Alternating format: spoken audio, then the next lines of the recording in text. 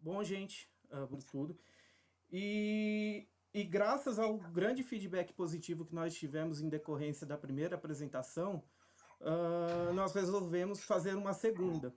E para essa segunda, nós tivemos a honra de ter o aceite do convite. Primeiro é bom deixar claro aqui o nosso agradecimento pelo professor Danilo, pela confiança que ele nos deu, depositou em realizar a primeira live. E agora, nesse segundo momento, nós tivemos o prazer de receber o professor Valdir, no qual nós falaremos um pouco sobre a epidemiologia de doenças de plantas. Fazendo um breve resumo do professor Valdir, ele é professor lotado na UFSCar, campus Lagoa do Sino, possui... Só um minuto aqui, que deu...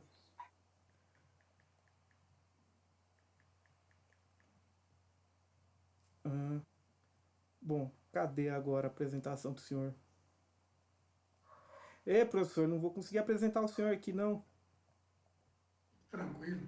Aqui, achei. Bom, o professor Valdir, ele possui graduação em Engenharia Agronômica pela Universidade Estadual Paulista, Unesp, e mestrado e doutorado em Fitopatologia pela Universidade Federal de Viçosa. Ele realizou grande parte do doutorado. Ele foi também professor do Centro de Ciências Agrárias da Universidade Federal do Espírito Santo, professor associado do Centro de Ciências da Natureza da Universidade Federal de São Carlos, a UFSCar, e foi também coordenador do curso de graduação em Engenharia Agronômica do CCN também, até o ano passado, né, professor? E secretário da Associação Paulista de Fitopatologia. Atualmente é bolsista de produtividade em pesquisa de CNPq desde 2006. Tem experiência na área de engenharia agronômica, engenharia florestal, com ênfase em fitopatologia, patologia florestal, atuando principalmente nos temas de epidemiologias, mudanças climáticas e manejo integrado de doenças e plantas. É um currículo tão grande que acaba confundindo até quem fala. Bom, gente, antes de começar a apresentação propriamente dita, é bom deixar alguns lembretes aqui. Como para nós assim, é um pouco tudo novo isso, estamos enfrentando alguns problemas referente à apresentação como delay, porque como a conversa entre eu e o professor é feita por uma plataforma à parte, é possível que haja um delay de aproximadamente 20 segundos entre a transmissão do YouTube e a nossa conversa. Então, até peço um pouco de paciência para vocês. A apresentação com o professor ela foi acordada de aproximadamente 1 hora e, posteriormente a isso, a realização de algumas perguntas que poderão ser feitas aqui no chat do lado direito de vocês. Beleza? Tudo certo? O professor gostaria de falar alguma coisa? Apresentar o senhor aqui. Deixa eu pôr a... O professor gostaria de falar alguma coisa, professor? Bom, boa noite a todos, né? Gostaria de agradecer ao Centro Acadêmico, né, do curso de Engenharia Agronômica da UFSCar, Camilo, pelo honroso convite, né, para participar desta live. Também quero agradecer a todos os que estão conectados e prestigiando. Espero que seja útil. Quero deixar bem claro que nós não temos a pretensão de ministrar durante esta live, né, um curso de epidemiologia. O nosso objetivo é demonstrar aí, humildemente, com base no conhecimento adquirido ao longo dos últimos 25 anos de trabalho e pesquisa, o potencial de utilização, né, dos conhecimentos epidemiológicos no manejo de doenças. E por fim aí, né, me coloco à total disposição de vocês, do público conectado, para auxiliar aí, né, no planejamento de experimentos, análise de dados, parcerias em projetos, estágios, né, através do nosso Prisma, né, que é o Polo de Referência em Inovação Sustentável do Manejo Agrícola. Bom, professor, podemos começar já a apresentação? Sim. Gente, eu só vou pedir um minutinho da atenção de vocês e paciência para que nós coloquemos a apresentação aqui em ordem, beleza?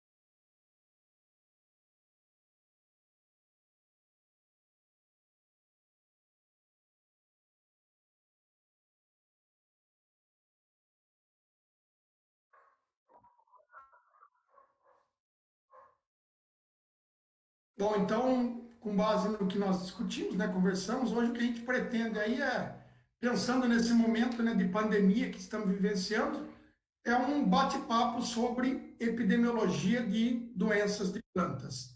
Então, pretendemos abordar rapidamente, né, vamos discutir os conceitos básicos de epidemiologia, quantificação de doenças, bem simples sobre a análise espacial, e principalmente as aplicações dos conceitos epidemiológicos.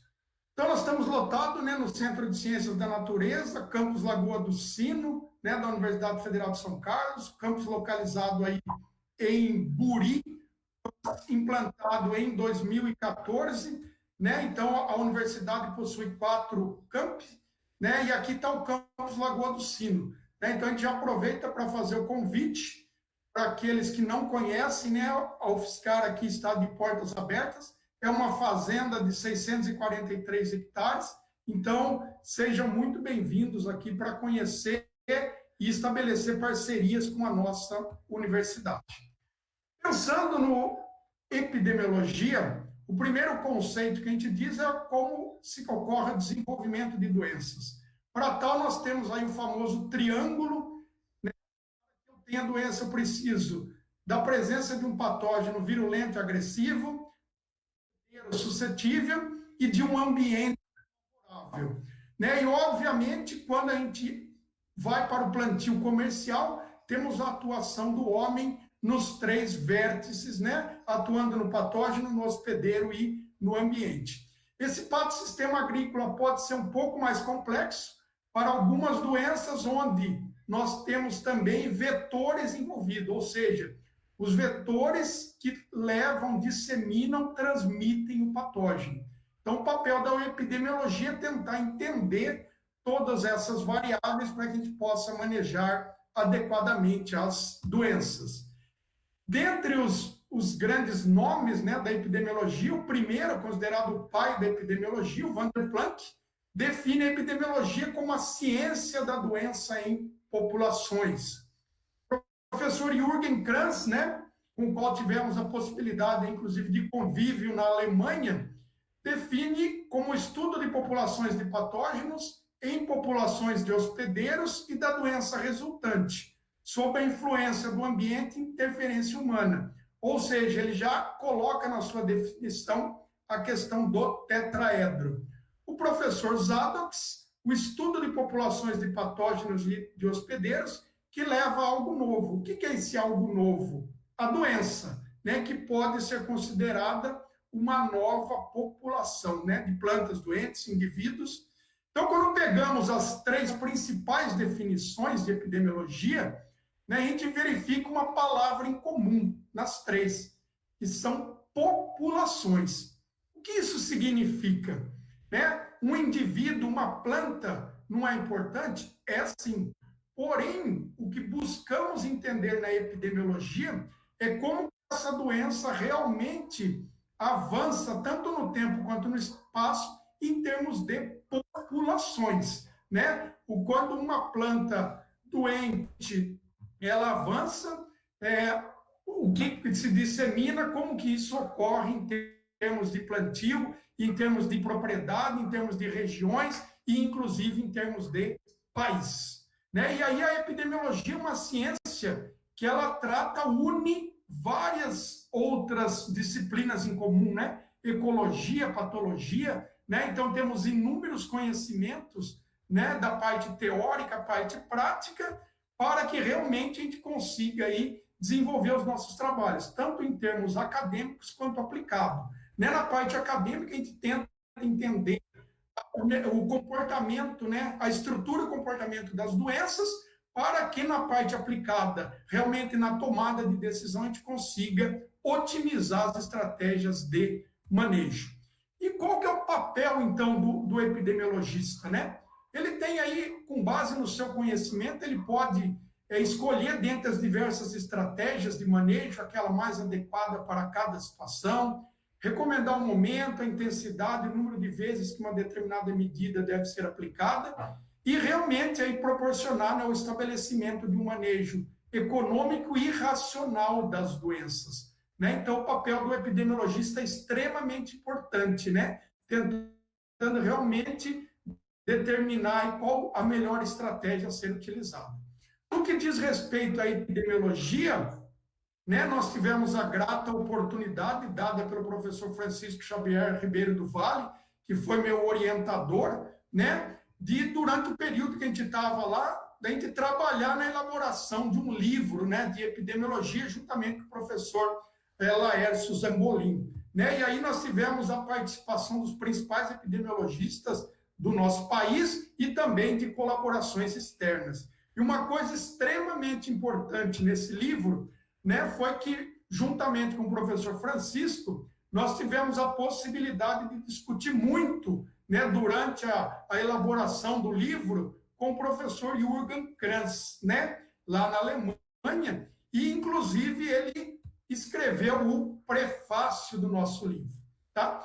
E uma das grandes questões que a gente busca na epidemiologia, né, é entender, e aí eu gosto muito dessa visão holística, né, elaborada inclusive pelo professor Francisco dentro desse nosso livro, onde a gente pode pensar na doença, né, desde micro até a parte macro, né? Então, quando a gente pensa micro, como que a doença se desenvolve numa planta, numa folha, como que ela infecta, como que aquele esporo, aquela célula bacteriana, aquela partícula viral, né, entra dentro da planta até que eu tenha realmente o desenvolvimento. Nós já discutimos, né, para isso eu preciso do patógeno, do ambiente e do hospedeiro. Então, quando a gente avança aqui nos diferentes círculos, nós partimos do micro para a questão do triângulo de doenças e depois o efeito do homem, tanto no ambiente, quanto no hospedeiro, quanto no patógeno. E por último, né, o efeito da doença realmente nos aspectos econômicos, ecológicos e sociais. E aí nós temos inúmeros exemplos de doenças, né, que causaram, em função de perda de produção, morte de milhares de vidas humanas, falência, mudanças de hábito, né? Então, assim, a ideia dessa visão holística é tentar colocar um maior número de fatores envolvidos no desenvolvimento da doença, com a interferência humana e essas implicações em termos de sociedade. Quando pensamos no termo epidemia, nada mais é do que um aumento na intensidade da doença, né, tanto no tempo como no espaço. E hoje, né, nós estamos com um termo aí muito em voga, infelizmente, que é a pandemia, né, a pandemia do coronavírus. E o que é uma epidemia? Né, uma epidemia que tem proporções continentais, globais. Né? Então, o exemplo típico é o que estamos vivenciando hoje. Doenças de plantas, a gente também tem inúmeros exemplos. Tá? E aí, quando pensamos, uma das coisas importantes que a gente discute muito com os nossos estudantes é o entendimento do ciclo das relações patógeno-hospedeiro, né? Desde a chegada, da sobrevivência do patógeno, como ele se dissemina, como ele chega, e todo o processo aí de infecção, colonização e reprodução. Por que isso aqui é importante? Com base no conhecimento nas diferentes etapas, como profissional, eu posso realmente tentar encontrar aí um momento adequado, as fragilidades, a melhor compreensão para que eu entre com as nossas estratégias. O conhecimento aqui do ciclo é fundamental. Dentro desse ciclo, eu gosto muito, né, são termos importantes, e aí nós temos dois, que é o período de incubação e o período latente. Período de incubação a chegada do patógeno ao início da expressão dos sintomas e o latente da chegada do patógeno até o início da reprodução. Tá, mas qual que é a importância da gente conhecer os períodos latente e de incubação? Aí tem dois exemplos típicos, né? A Emileia vastata, que é agente causal da ferrugem do cafeeiro, e a Phytophthora infestas, requeima do tomate, da batata. Então, quando a gente pega que o período latente da Emileia, em torno aí de 30 dias, né? Com uma variação óbvia ao longo do ano, principalmente da questão ambiental. Né? Já Phytophthora, medidas de controle, ou com pulverização quase que a cada dia ou a cada 2, 3 dias. Por quê? porque às vezes eu tenho, se uma doença dessa ocorrer, né, e as condições forem favoráveis, em curto espaço de tempo eu posso atingir aí 100%. E quando pega o ciclo, né, tem um pesquisador importante, o Goleman, né, que ele gerou aí o que a gente chama de ciclo de infecção. Então, nós temos o primeiro ciclo, quando a doença entra na área, né, e com o desenvolvimento, com as questões ambientais de patógeno e de hospedeiro, nós podemos levar aí aos vários ciclos ao longo do desenvolvimento da cultura, né? E aí nós temos o que a gente chama de curva de progresso da doença, que seria o desenvolvimento da doença ao longo do tempo. E aqui, ó, rapidamente, né, nós temos uma curva azul e vermelha, a diferença entre as duas, e no final, obviamente, a intensidade da doença num dado momento, em função dos números de ciclos que aquele patógeno causou, né? Então, aqui nós teríamos um patógeno com período latente muito menor e aqui com período latente maior, né? Então, aí, os vários ciclos sucessivos levam ao aumento da intensidade da doença. E quando pensamos em entender, né, o desenvolvimento da doença, tanto no tempo como no espaço, né? No tempo, ou seja, como que a doença começa hoje, amanhã, daqui 15 dias, 20 dias, dependendo da cultura, e como que isso ocorre em termos de campo, né? Será que uma planta infectada, né, a doença, a conversão é para a planta mais ao lado ou para uma planta mais distante, né? E aí nós temos os vários entendimentos e as diferentes maneiras de atuação de cada patógeno. Então, um dos pontos importantes da epidemiologia é a quantificação de doença. O que seria a quantificação? Por que ela é importante? Porque, com base nela, eu posso, por exemplo, verificar se determinada condição do ambiente é favorável ou não de desenvolvimento, analisar se determinado fungicida é eficiente, testar determinada variedade quanto à resistência, né? Então, quantificação é fundamental. Sem eu saber realmente determinar a quantidade de doença que eu tenho, nenhum estudo aí é possível e nenhuma comparação. E para tal, né, nós utilizamos 3 terminologias. Intensidade é um termo genérico, né, que diz respeito à quantidade de doença. Temos 2 maneiras de avaliar essa quantidade, em termos de incidência e em termos de severidade. Incidência é a proporção ou porcentagem de plantas, folhas, órgãos, tecidos doentes. E severidade é a proporção ou porcentagem da área ou do volume ocupado pela doença. Então, se a gente pegar a incidência, se eu tenho uma população de 100 pessoas, 50 estão com coronavírus, a incidência ali é 50%. Dentre esses 50 que estão doentes, alguns, a doença praticamente passou despercebida e outro, infelizmente, levou à morte, né? Então, seria aí, se a gente fizesse uma analogia, seria em termos de severidade. Mas quando eu uso um termo, quando eu avalio por incidência ou por severidade?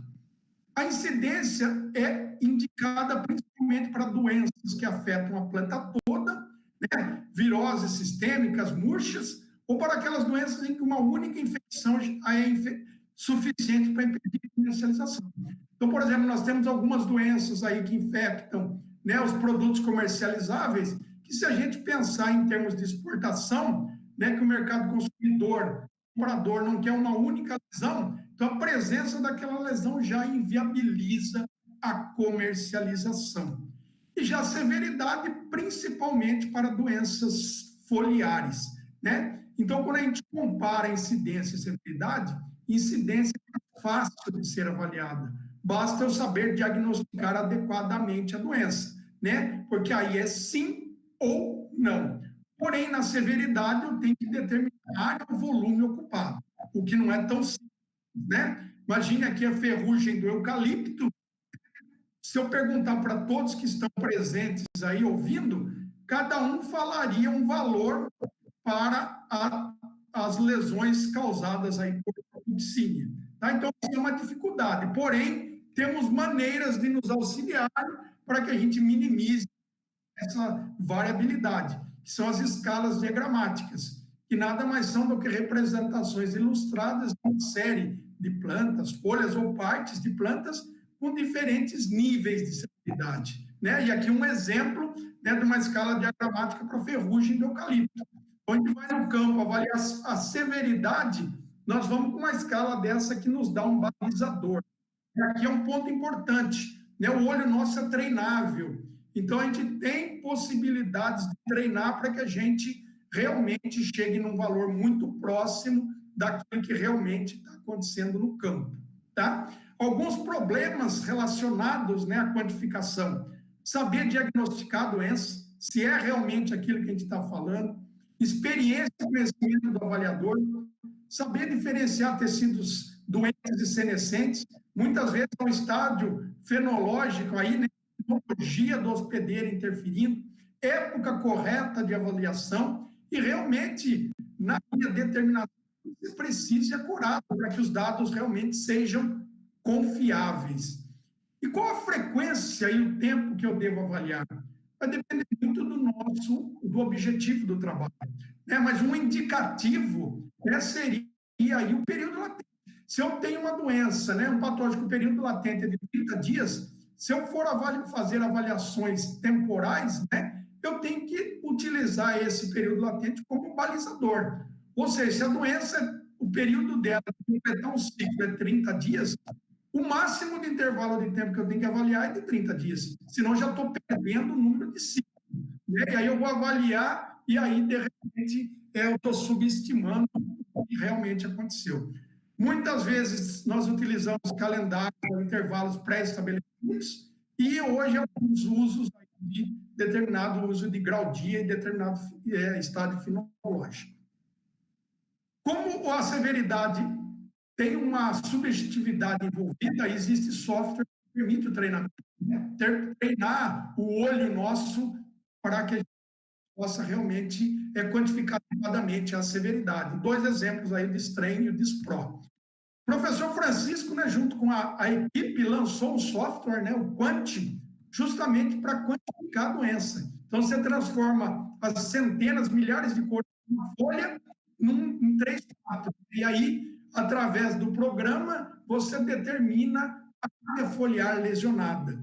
Nesse caso aqui, a ferrugem do café, a folha inicial, depois transformada, né, considerando necrose e clorose, e aqui os vapores. Então, para esse caso aqui, nós temos praticamente 67%, 60% área foliar ocupada pelas lesões. No que diz respeito à quantificação de doenças, né, considerando a agricultura de precisão, em que nenhuma lavoura é homogênea, né, hoje busca-se muito identificar a variabilidade sítio-específica, né? E para isso utilizamos várias técnicas de sensoriamento remoto, né? Então, muito obter informações de objetos sem contato físico com ele. E aí, né, na época nossa de mestrado e doutorado, nós trabalhamos com esse espectro radiômetro, onde, através das diferenças de radiação que está chegando e que está refletindo, a gente consegue determinar áreas, né, fatores de estresse, né, dentre eles as doenças. Hoje, com a questão aí dos drones, né, os vantes, né, isso realmente está tentando se popularizar e facilitar muito o nosso trabalho. Alguns exemplos aqui, né, o uso do NDI, como já acoplado a celular, para que realmente eu possa fazer a minha tanto avaliação quanto tomada de decisão. Nesse sentido, né, nós estamos aqui numa parceria grande com 2 professores aqui do nosso campo, o professor Paulo Molin e André Toledo, né, que fazem parte aqui do Centro de Pesquisa e Extensão em Geotecnologias, justamente tentando, através de drones, né, quantificar a doença no campo realmente para que a gente possa implementar estratégias de manejo. E aqui um exemplo, né, usando um dos índices, né, que é o índice aí de IVGT, agora para o mapeamento das doenças da soja, né? Então, é um projeto que nós temos em parceria, né, inclusive com apoio aí da FAPESP na concessão de bolsa para estudante, e em breve aí devemos ter novas informações. E é o caminho que a gente tem procurado, né? No final, o que a gente busca realmente seria determinação de zonas de manejo, né? Então, nós estamos deixando de tratar uma área como uniforme, tentando identificar as variações sítio-específicas, para que a gente realmente possa manejar, não em termos de hectare, né? Mas já realmente levando o manejo para o metro quadrado. Pensando em termos de dinâmica temporal, né, nada mais é do que o aumento da intensidade da doença no tempo. E aí nós temos uma modelagem envolvida, não vamos discutir isso, pretendemos unicamente mostrar rapidamente o que isso significa, né? Então, quando a gente pensa, iniciou a doença, o patógeno completou um ciclo, se as condições de favorabilidade climática, de resistência do hospedeiro foram favoráveis, né, ele pode, com isso, fazer vários ciclos que levam aí realmente ao aumento da nossa intensidade da doença.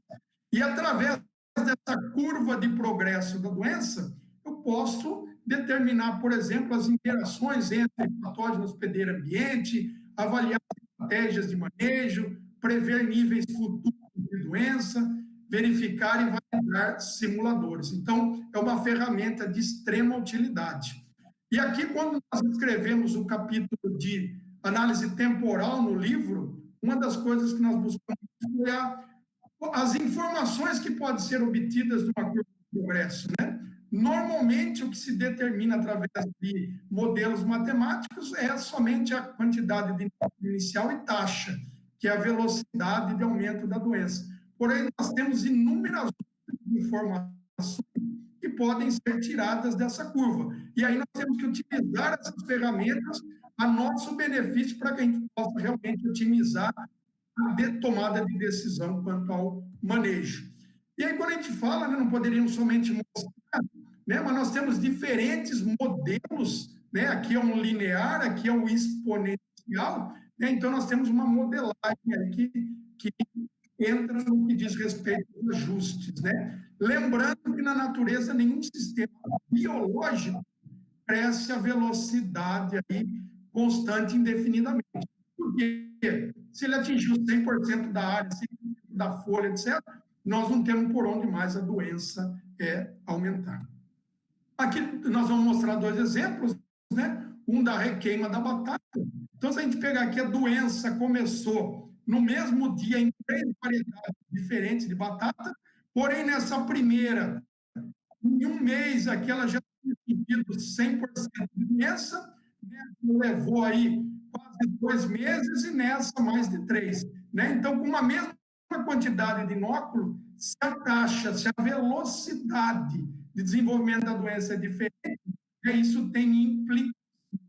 E aí é a importância de termos. Um outro exemplo, né, Fusarium oxíspero em tomate, né, um trabalho aqui mostrando, quando eu não faço o tratamento do solo, a doença, né, no mesmo intervalo de tempo está lá em cima, 80%, quando numa área tratada, né, com uma determinada estratégia, menos de 50%. No tocante à dinâmica espacial, existem várias abordagens, né, de estudo de gradiente de dispersão do patógeno, gradiente de dispersão da doença, se ela está numa área regular, ao acaso agregado, outras, né, áreas aí de manejo, e aqui, inclusive, um conhecimento um pouquinho maior em que une, né, todo esse conhecimento para entender como a doença está progredindo em termos de espaço. E no que diz respeito ao padrão espacial do patógeno, né, da doença, está relacionado com os mecanismos de dispersão do patógeno. Então, de um modo geral, quando o padrão espacial da doença no campo é ao acaso, normalmente o patógeno é disperso pelo vento. Quando nós temos agregado reboleira, são patógenos normalmente dispersos por respingo de chuva. Só que na teoria isso é bonito, mas na prática a questão não é tão simples assim. A maioria das doenças e dos patógenos possuem mais de um mecanismo de dispersão. E aí nós pegamos aqui como exemplo didático, né, 5 epidemias, 1, 2, 3, 5. que se a gente fosse avaliar única e exclusivamente a análise temporal, né, a incidência da doença é a mesma nos 5 casos. Porém, em termos espaciais, elas têm comportamentos completamente diferentes. Começando com 3 plantas em 280, aqui é o acaso, aqui parece que na bordadura, aqui é o acaso, e no final nós vemos que nesse caso aqui, ó, a distribuição da doença na área toda dessa maneira, aqui já seguindo um padrão. O que aconteceu aqui? Né? Muda contaminada, né? De repente o profissional que trabalha lá foi fazer uma desbrota e disseminou a doença patógena naquela linha. Então, quando conciliamos o lado temporal e espacial, podemos entender muito melhor as doenças. Também tem uma modelagem envolvida, a parte matemática, né? Mas uma coisa que eu quero deixar muito claro aqui é que eu não preciso ser especialista em matemática para utilizar da epidemiologia. Né? E o que a gente faz, principalmente nessas palestras divulgativas, é mostrar o potencial. Se alguém precisar utilizar, existem pessoas que podem auxiliar. E indo para a principal parte da nossa apresentação, alguns exemplos das aplicações dos conceitos epidemiológicos. Né? Existem inúmeras, centenas, milhares, nós focamos principalmente naquilo que a gente vem vendo aí nos últimos 25 anos. Então, primeiro, né, o uso da epidemiologia na identificação, auxílio à identificação do agente causal. E um exemplo típico foi o que aconteceu com a morte súbita de Citrus, contratado pelo Fundo de Citrus em 2003 para tentar identificar qual era o agente causal da doença. É uma doença que começou em 99, né, no norte de São Paulo e sul do Triângulo Mineiro, e aí quando a gente coloca essa bola, porque ela afeta principalmente o limão cravo, o porta-enxerto limão cravo, onde praticamente 85% de todas as plantas de laranja são enxertadas nele. Então, o problema poderia realmente levar um caos aí da citricultura, exemplo do que nós já passamos aí com a tristeza, onde praticamente dizimou a citricultura paulista, né? Então, você vê em 99, 500 plantas, 3 anos depois já 350 mil plantas.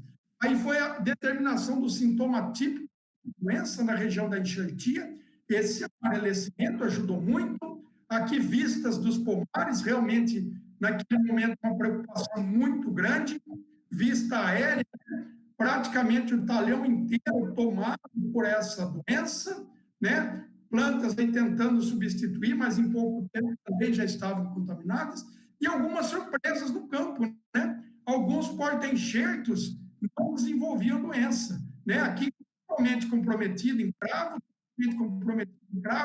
e essas 2 linhas em Cleópatra têm problemas, né? Exemplo, talhão lado a lado, separado simplesmente por uma estrada aqui, né?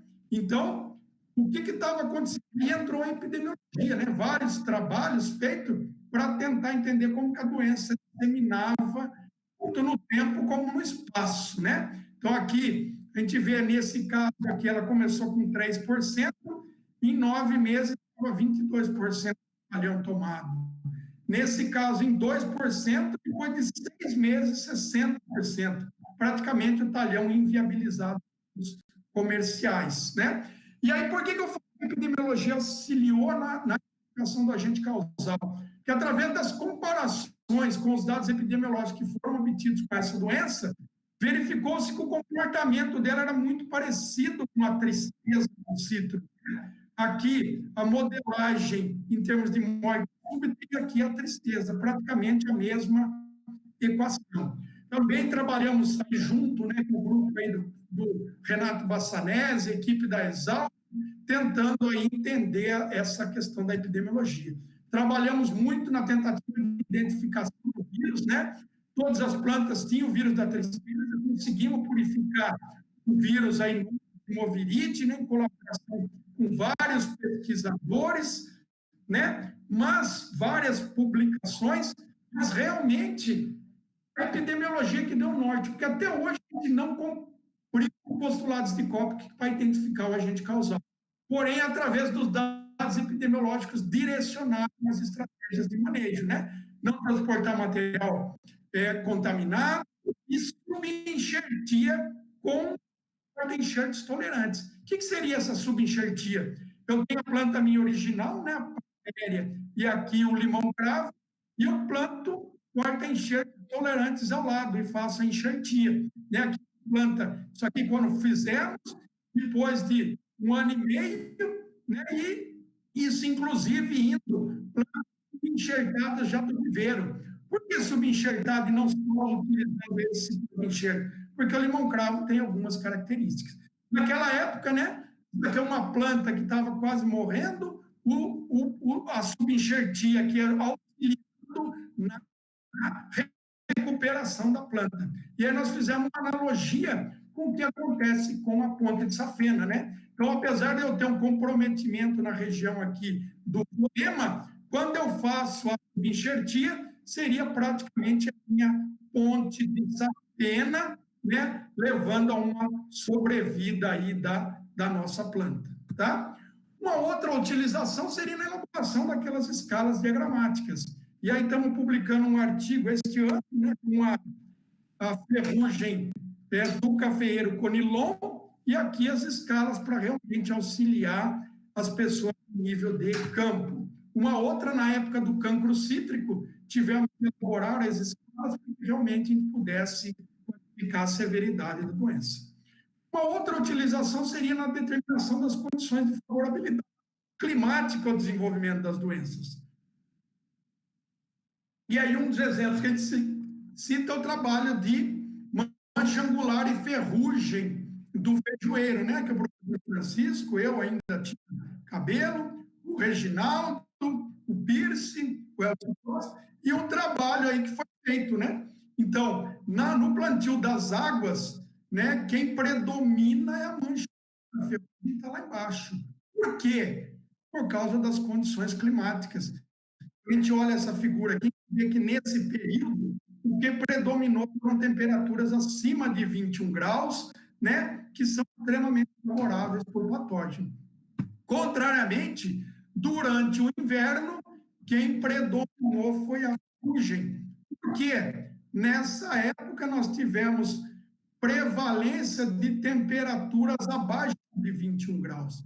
Né? Então, aí entrando a epidemiologia para determinar as condições de favorabilidade para que leve ao manejo da doença. Como norteador de ações de defesa fitossanitária. E aí o exemplo é o lei de erradicação do cancro cítrico.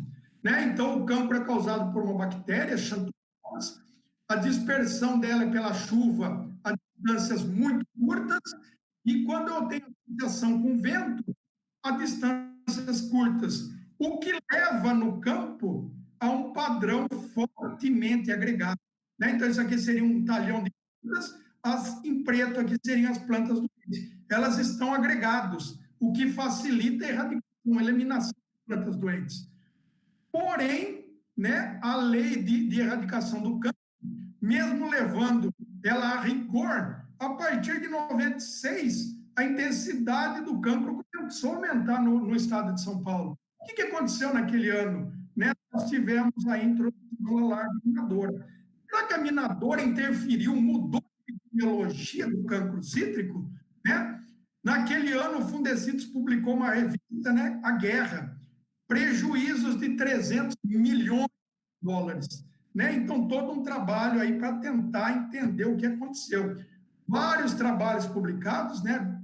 Parcerias com Belado, professor Parra, professora Lília, provando, né, que a Phyllochnistes não é vetor da bactéria, porém, ela abre galerias e com isso eu mudo a epidemiologia da doença. Né? Nós fizemos um trabalho aqui mostrando que quando eu tenho aminas, né, eu tenho maior incidência, severidade e menor período de incubação. Isso tem consequências, né, na disseminação do patógeno sob condições naturais de infecção. Então, na presença do minador, mudou a epidemiologia da doença. Né? E aí, um trabalho liderado pelo professor Armando Bergamin Filho, né? Então, antes da introdução, simplesmente em menos de 30% das áreas. O resto começou a ter um padrão diferente. E qual a implicação disso?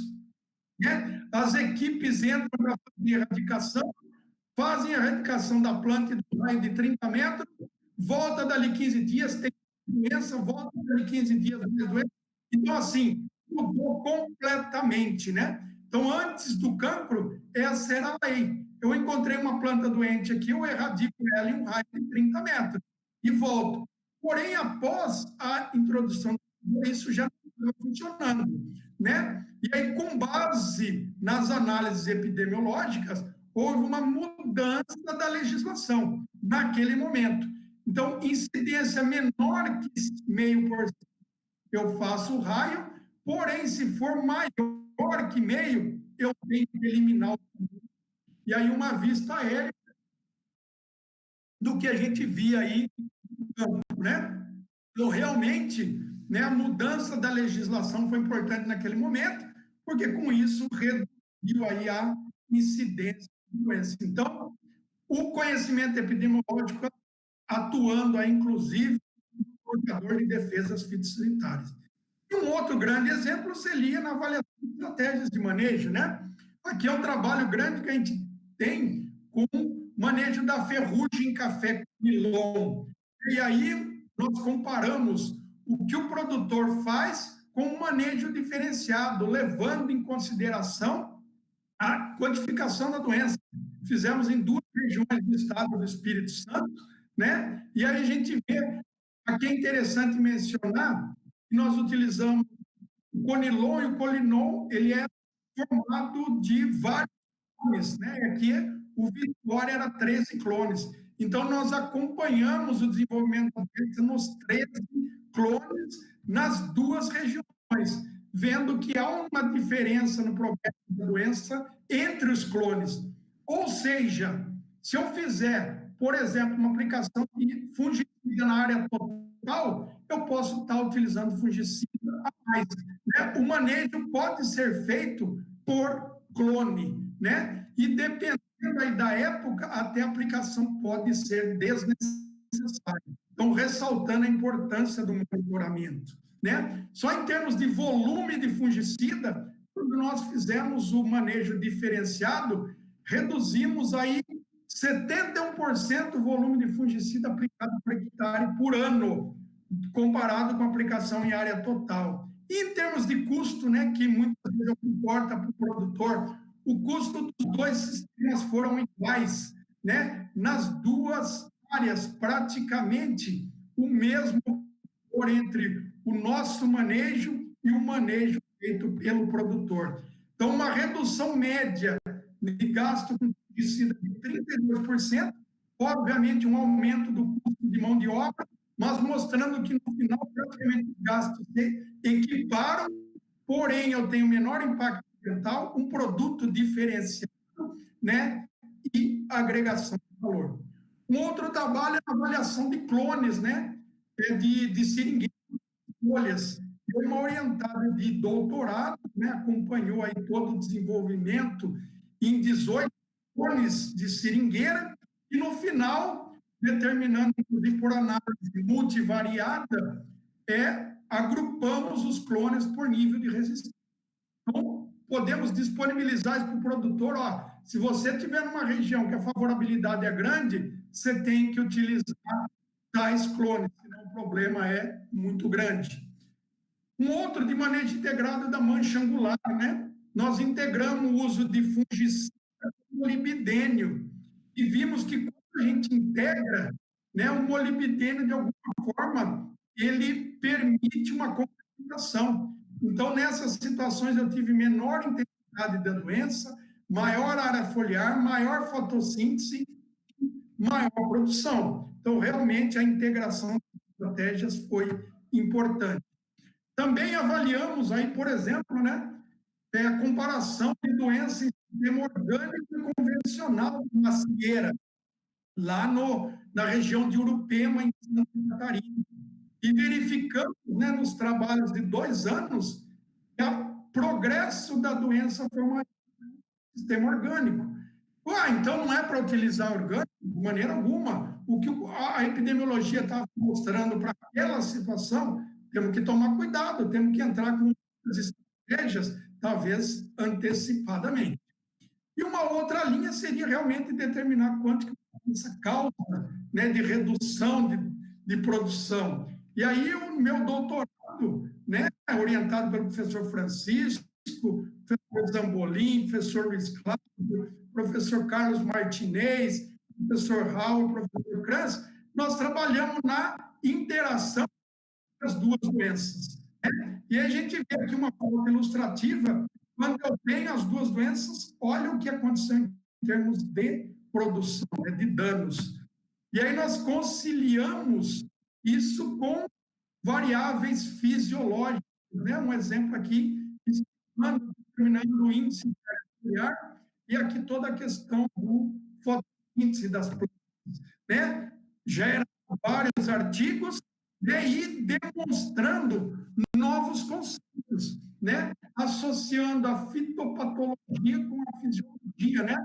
Realmente demonstrando que a importância da manutenção da área foliar sadia, duração da área foliar sadia, absorção da área foliar sadia, né? Então, o conceito aí que hoje, quando a gente usa essas tecnologias de NDVI, etc., realmente são importantes. Então, já indo para o final, né, são inúmeras possibilidades de utilização de conhecimentos epidemiológicos para definições de estratégias de manejo adequada, racional, econômica, de alguns dos meus ex-orientados de iniciação, mestrado, doutorado, e de algumas equipes atuais, né, estudantes de iniciação científica, de mestrado e de doutorado que estão sob nossa orientação. Então, sem eles, nada disso realmente estaria acontecendo. E, para finalizar, nós estamos realmente vivenciando um momento de pandemia, então, decidi fazer uma analogia, né, da situação que o mundo está vivenciando com a dramática questão da pandemia do coronavírus. Né? Infelizmente, em função desse problema enorme, todo momento nós estamos nos deparando com informações aí na mídia. Né?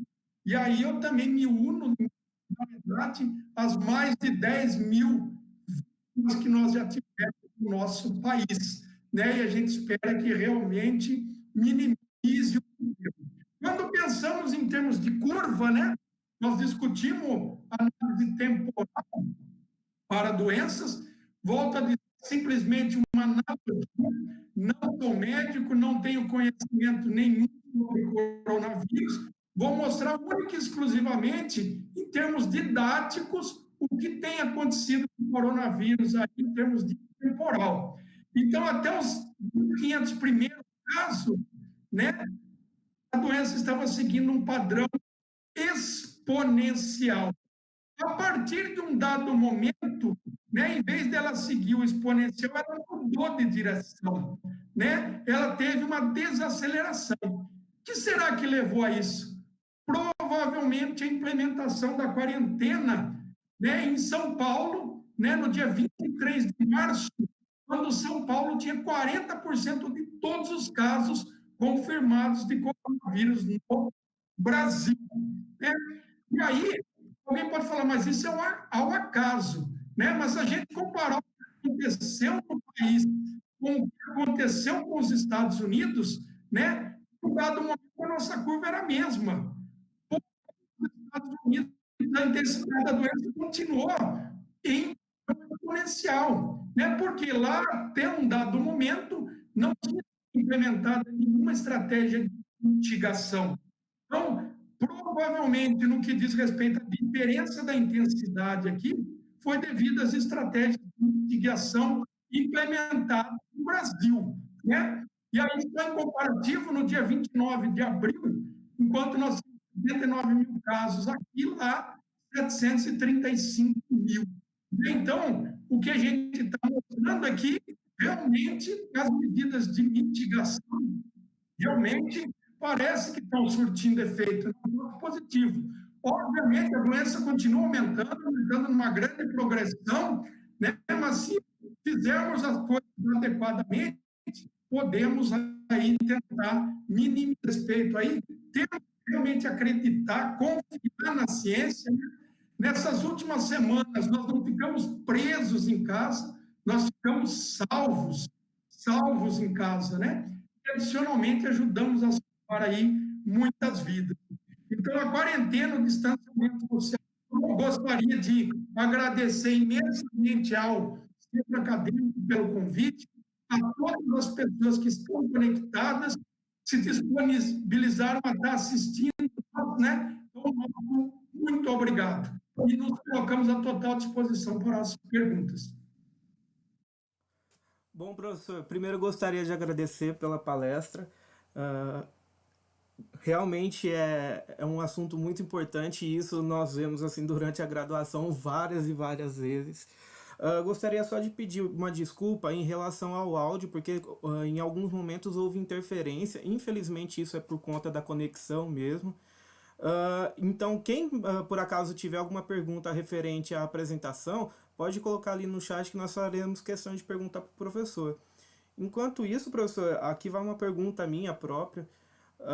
Eu gostaria de saber sobre a participação de agricultura de precisão dentro da parte de fitopatologia. Nesses dias, vendo uma das palestras, eu vi que ela acaba tendo uma certa limitação em questão, por exemplo, de densidade de plantas, porque o NDVI ele mede basicamente a parte de biomassa, né? E a partir do momento que você tem um fechamento de ruas, pode ser qualquer tipo de cultura, isso acaba interferindo. Esse seria um dos limites do sensoramento remoto, agricultura de precisão, ou o senhor consegue falar outros?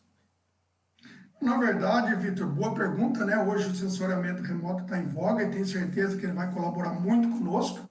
Daí a grande parceria que a gente está aí com o professor Molim e o professor André Toledo, né? Justamente tentando. A gente sabe, quando a gente usa esses índices, né? E usa os diferentes tipos de câmeras, né? A gente pode ter essa problemática no que diz respeito ao momento, à saturação, ao fechamento do céu.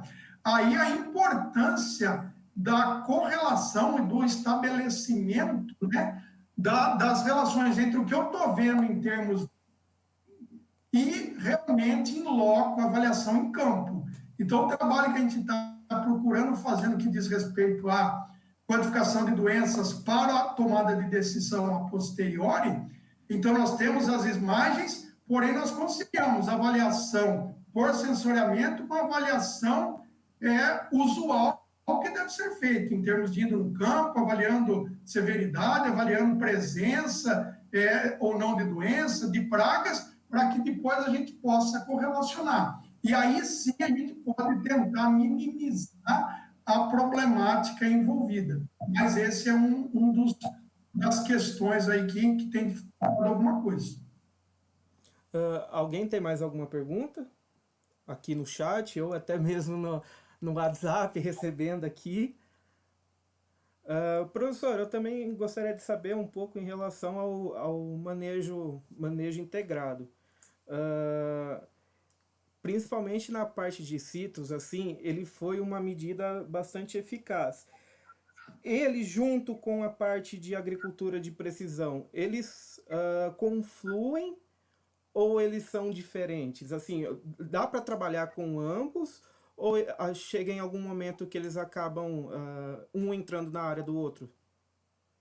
Não, pelo contrário, na verdade, o sensoriamento remoto é uma tecnologia que vem para nos auxiliar, né? Então, quando, por exemplo, nós temos que aí, às vezes, ir para o campo, avaliar, né, para depois vir para os nossos laboratórios, para os nossos escritórios, para daí tomada de decisão, você imagine em áreas grandes, né? Então, isso dificultaria demais. O sensoriamento remoto, né, essas tecnologias entram nesse ponto, fazendo com que eu obtenha informações de áreas muito maiores num curto espaço de tempo e, inclusive com redução de custos envolvidos. E aí, no caso de doença, por que se complementa? Porque quanto antes eu tiver informação de como está a intensidade da doença numa área, né, nas diferentes áreas, na variabilidade dentro das áreas, facilita a minha tomada de decisão para as entradas de estratégias. né, sejam estratégias únicas ou combinadas ou integradas. Então, na verdade, é realmente o conceito, né? A gente busca o manejo integrado e aí o sensoriamento remoto entra como um facilitador na determinação da quantificação da doença em grandes áreas, para que a tomada de decisão seja muito mais rápida. Ah, entendi. Bom, alguém tem mais alguma pergunta? Aqui ainda.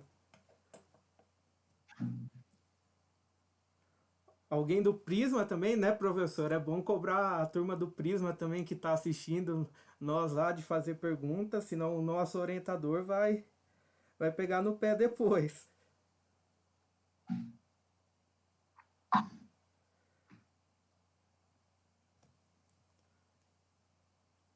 Aproveitando essa questão, Vitor, do Prisma, né? Vamos deixar bem claro aí, abrir as portas, né? Para pessoas que queiram, estudantes que queiram realizar estágio conosco, desenvolver projetos de pesquisa, né? Nós realmente estamos aí totalmente abertos, né? Nas diferentes áreas que a gente está mostrando, inclusive nessa área aí de sensoriamento, para que a gente possa oportunizar para o maior número de estudantes o contato com essas possibilidades. É importante deixar isso claro.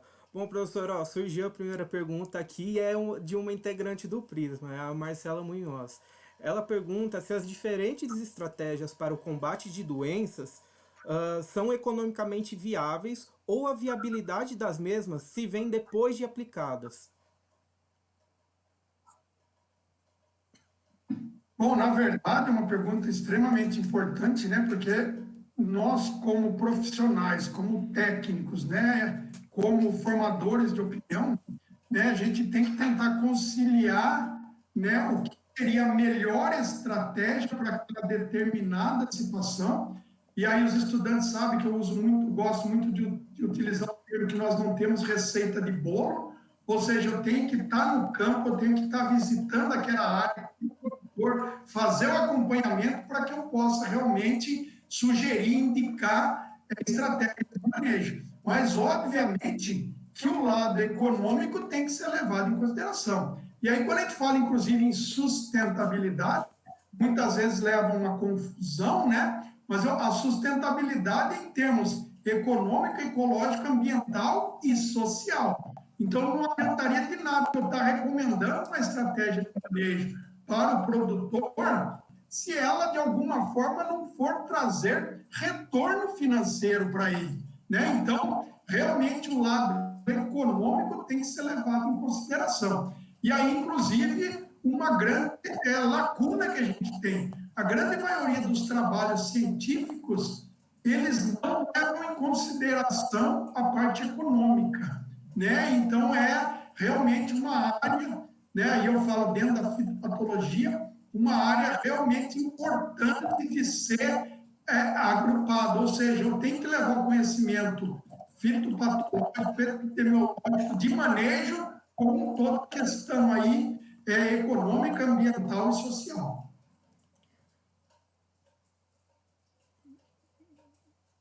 Bom, professor, ó, outra pergunta, agora do Eduardo Doracens. Gostaria de saber se atualmente há alguma política pública ou alternativas para que pequenos produtores possam integrar essas estratégias dentro de suas unidades produtivas. Boa pergunta, Eduardo, obrigado. Na verdade, assim, nós temos um problema, às vezes, envolvendo os pequenos produtores, que é realmente a chegada de informações para eles, os auxílios, né? A questão da extensão. Né? E aí, o normativo, né, do diferencial do nosso campus é no que diz respeito a próximo produtor. Né? Então, isso realmente é uma dificuldade. Muitas vezes, quem chega ao produtor tem um jogo de interesse junto. É o vendedor, né, de algum insumo. E aí é ele que vai fazer a recomendação. Então, às vezes, a gente pode ter problemática. Né? Mas, realmente, nós deveríamos, né? E aí, estamos tentando isso aí no nosso Prisma, aqui no campus Lagoa do Sino, é aproximar cada vez mais, né, dos pequenos produtores, dos agricultores familiares, para que a gente possa levar a informação, né, a tecnologia disponível, para que a gente possa auxiliá-los na tomada de decisão. Quando a gente fala em grandes propriedades, muitas vezes a gente tem cooperativas envolvidas, não facilita. Então, às vezes, um caminho para um pequeno também é o cooperativismo, para que ele possa ter acesso às informações. Professor, tem mais uma pergunta aqui do Cristiano Moreira. Condições sazonais extremas, ele cita como exemplo a neve, fazem com que patógenos produzam maiores quantidades de inóculo em relação a locais de clima mais favoráveis o ano todo? Muito obrigado pela pergunta. Na verdade, é uma questão importantíssima, né? Inclusive, existem muitas publicadas sobre a diferença do patossistema tropical e temperado, né? Então, eu diria, a grosso modo, que o temperado tem uma grande vantagem em nós, justamente pelo que foi citado, que é a ocorrência da neve. Naquele período de neve, o inóculo naquelas áreas praticamente vai a zero. Então, quando acaba a neve, que eu entro com o novo plantio, eu praticamente começo a minha área zerada de patógeno. Nas condições tropicais, muito diferente. Às vezes a gente tem 2, 3 estações de cultivo numa mesma área. Então, é patógeno em cima de patógeno, cultura em cima de cultura. A gente vê muito isso. As colheitadeiras entrando e logo atrás as plantadeiras. Então, isso tem que ficar muito claro, porque às vezes a gente pensa, eu vou trazer uma tecnologia, eu vou fazer a comparação no país europeu, acontece isso.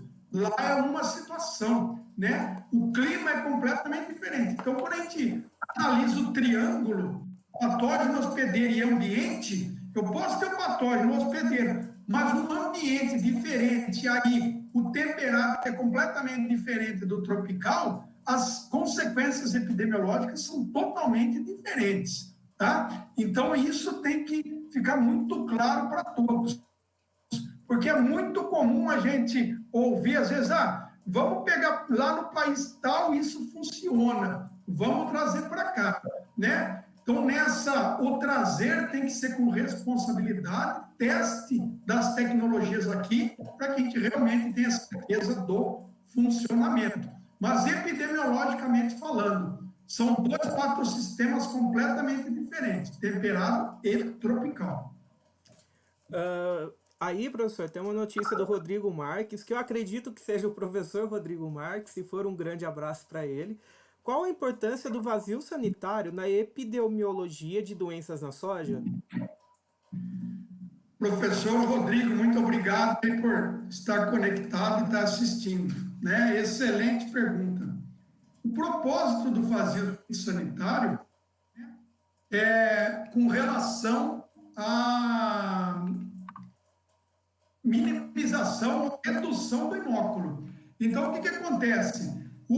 A Phacopsera pachyrizi, né, além da soja, ela infecta alguns hospedeiros alternativos, tá? Mas se eu tivesse soja em cima de soja, o que aconteceria? A concentração de inóculo seria mantida muito alta.